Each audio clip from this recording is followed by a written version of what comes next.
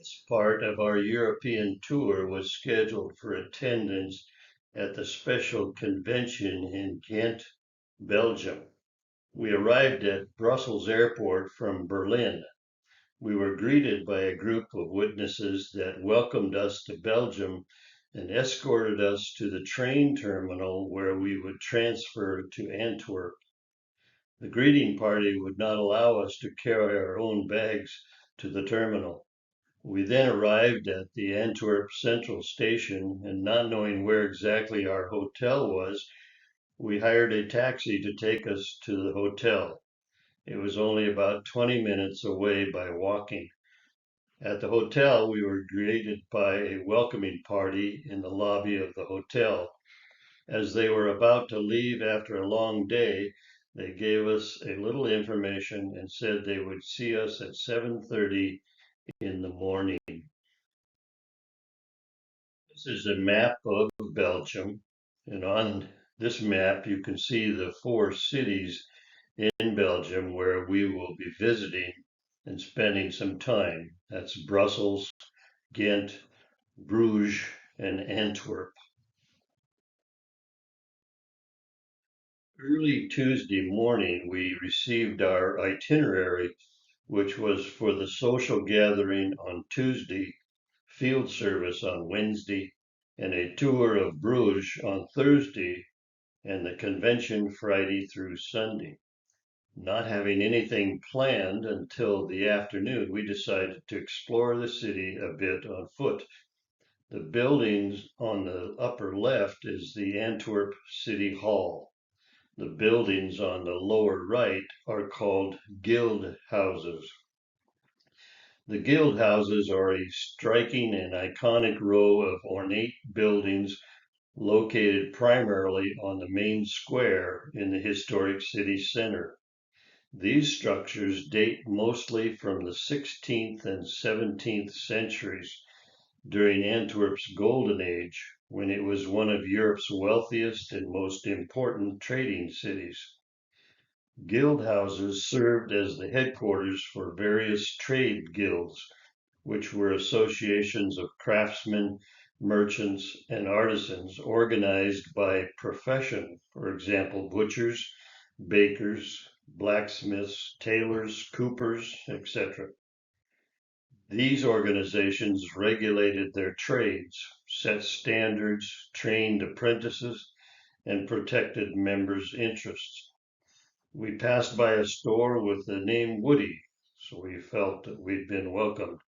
On the lower left, we began to see that because of the large Orthodox Jewish population, there was a need for security in the city. Sometime after 4 p.m. on Tuesday, we boarded a bus for the social gathering. We were taken to a large hall that had been rented for the occasion. Several congregations had prepared a meal and entertainment for approximately 400 guests. We sat across from three sisters as seen in the photo on the bottom right. I was surprised to see that beer was offered, and I made a comment. One of the sisters responded, "Yes, but you can only have one." The beer was Duvel with 8.5% alcohol. We worked with the convention invitations. I worked with Cedric and Carnell worked with Paul. I would ask the householder if she spoke English, and if not, Cedric would take over in Dutch. He was 13 at the time, and I was very impressed with his presentations at the doors. At one door, the householder told me didn't speak English. Cedric took over and did a nice presentation, and at the end, I asked Cedric if the man spoke English, and Cedric said yes, he spoke English. When we returned from field service, the congregations had prepared an outstanding lunch and some entertainment. I have since received some communication over the years from Cedric. In the afternoon, we were back at the hotel and we did a little exploring of Antwerp. Het Steen, or the Stone Castle, is a medieval fortress. Built after the Viking incursions in the early Middle Age as the first stone fortress of Antwerp, Het Steen is Antwerp's oldest building. The fortress made it possible to control access to the river. It was used as a prison between 1303 and 1827. The remaining building, heavily changed, contains a shipping museum. Here we found a war memorial to the Canadian soldiers in World War II. On the upper right, the knight is Godfrey of Bouillon, a medieval knight and prominent historical figure. He lived from 1060 to 1100, was a Frankish knight and a leader of the First Crusade of 1096 to 1099.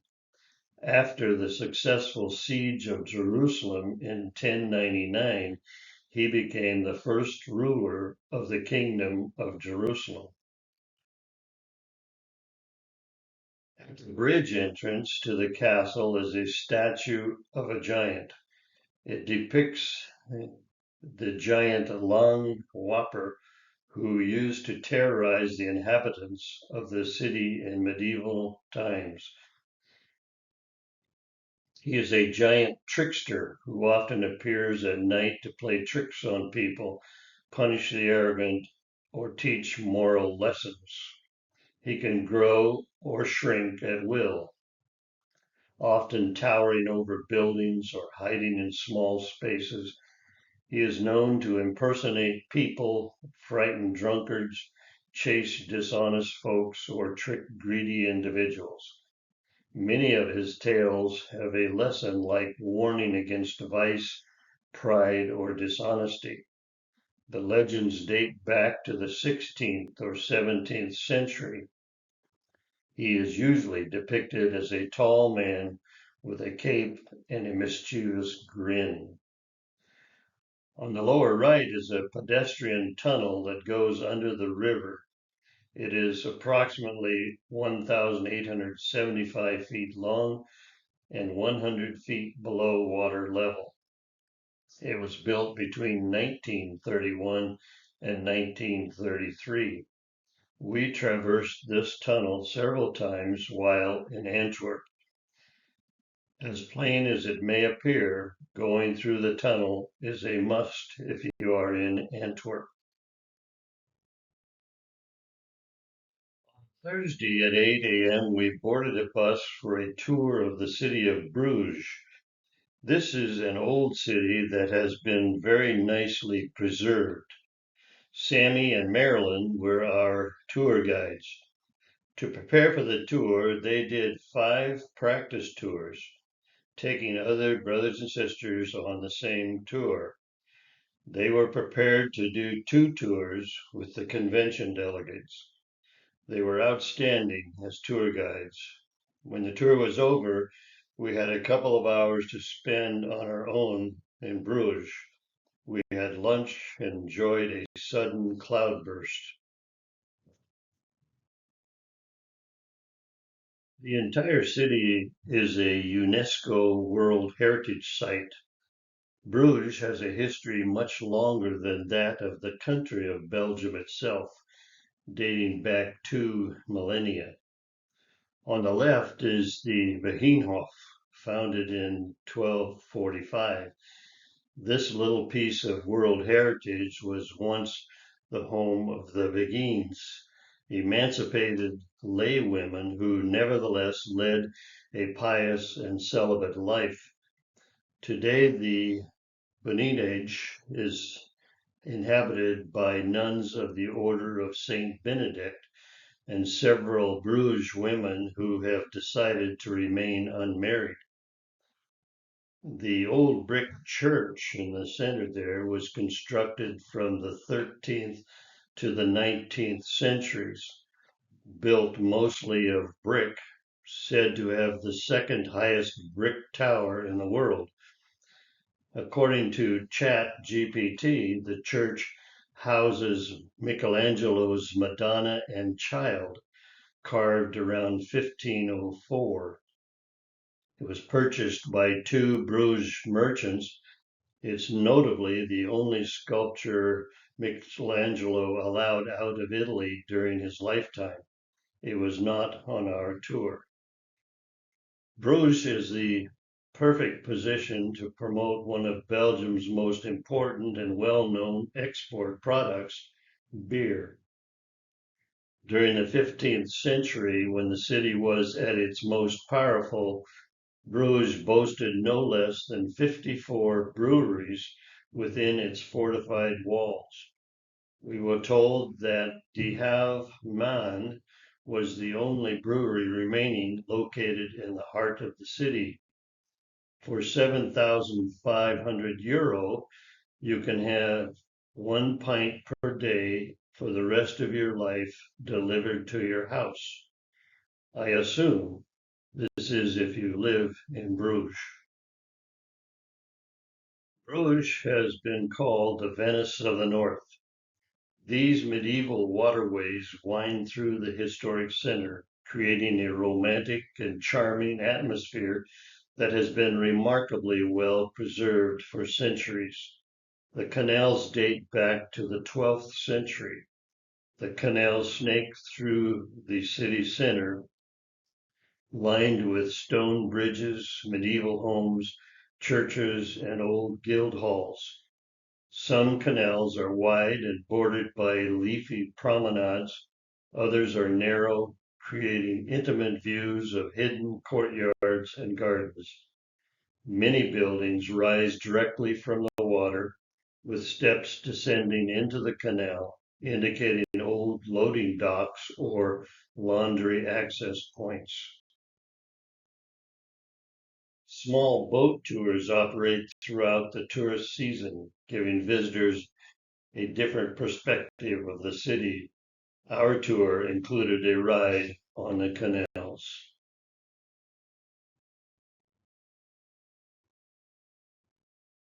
Public bathhouses played a notable role, particularly during the city's medieval heyday, the 12th to the 15th centuries, when Bruges was one of the most important trade centers in Europe.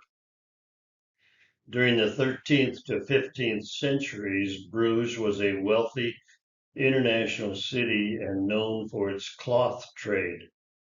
With that prosperity came a demand for cleanliness, hygiene, and social venues, conditions that supported the presence of public bathhouses. These establishments were often multifunctional, serving as places not only to wash, but also to socialize, dine, and relax. Some even offered massages or basic medical care. By the 17th century, the custom of public bathing had all but disappeared in Bruges. Cleanliness was increasingly associated with dry hygiene, a change of clothes, use of perfumes or powders, rather than immersion in water.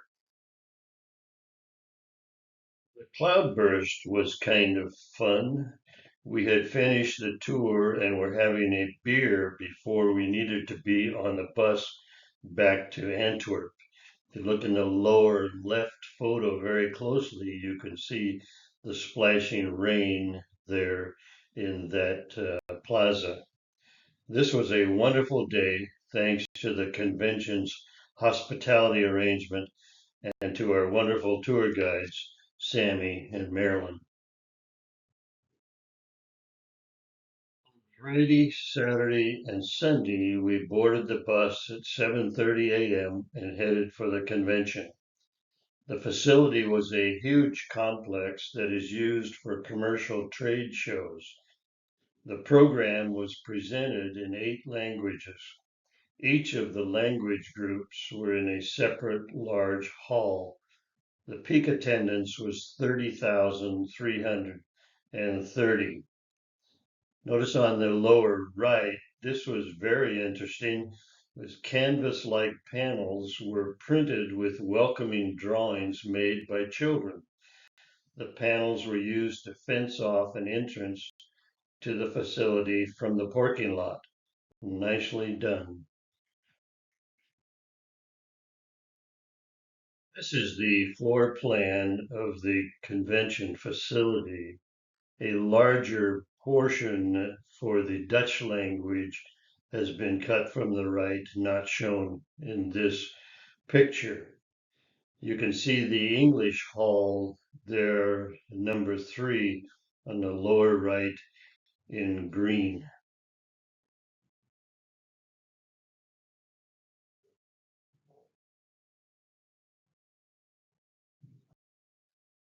The English attendance was about 2,000. Some of the talks were delivered in English and translated for each of the separate groups. Some of the delegates wore traditional costumes. Small gifts were being presented by locals and delegates. If we had brought jw.org pins, we could have distributed thousands of them. We had not seen many of them in Europe and at the convention, but on the last day of the convention, someone handed us the jw.org pins. On Friday, we were back in Antwerp in the evening. This would be the Sabbath evening, and on this evening, we noticed the Orthodox Jewish men wearing their Sabbath hats. This is a fur hat worn by many married Jewish men, particularly members of the Hasidic Judaism. And on Shabbat and Jewish holidays and other festive occasions, they wear these hats.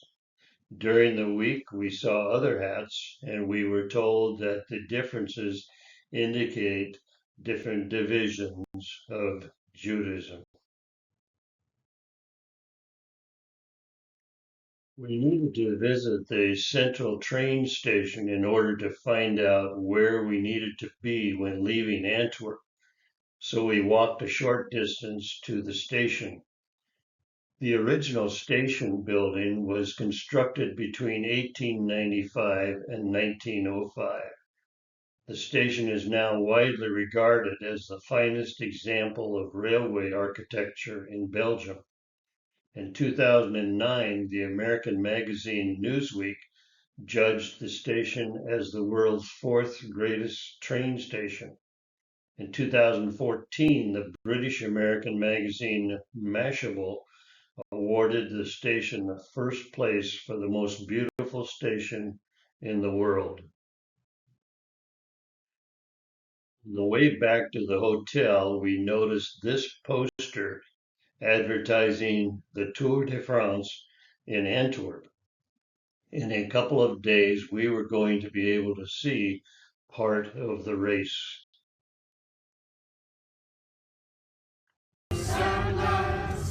Life without tears or pain. Sing out with joy of heart. You too can have a part. Live for the day when you'll say life without end at last. In those days. On Sunday, I ventured to another area of the convention center looking for an ATM machine, and I found it in a hall with a staircase leading to where the Russian delegates were located. This is during the lunch break, and the Russian delegates are on the staircase singing kingdom songs. Notice all of the electronic devices taking photos of the Russian delegates. And if you look closely at the delegates on the first or second stairs up on the left, you can see some native Russian costumes. And those there in the middle are a part of the Russian delegation.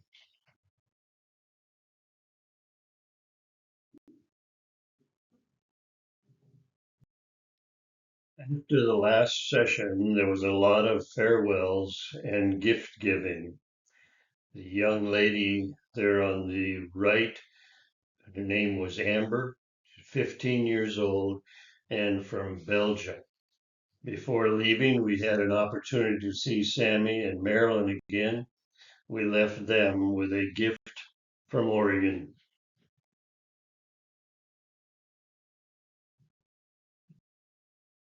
We met this set of twins at our hotel. They said I could take one photo and Photoshop it to have both of them. Did I get two or one? I don't know. Clint was serving at the time in Lapine, Oregon, and his brother was serving at U.S. Bethel. Convention was over, and it was time for my new favorite beer.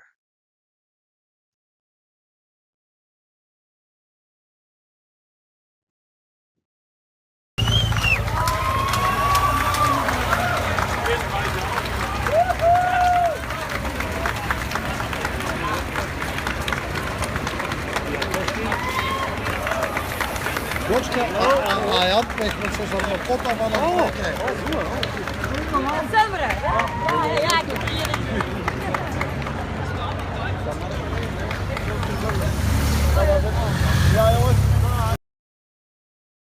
After the Tour de France, we were just a short walk to the Antwerp Zoo, right next door to the central station.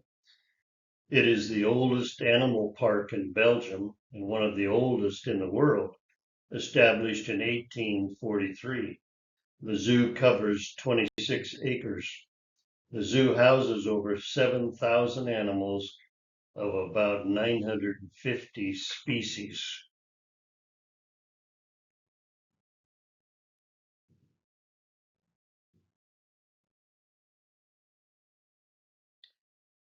Our visit to Belgium and the special convention was over.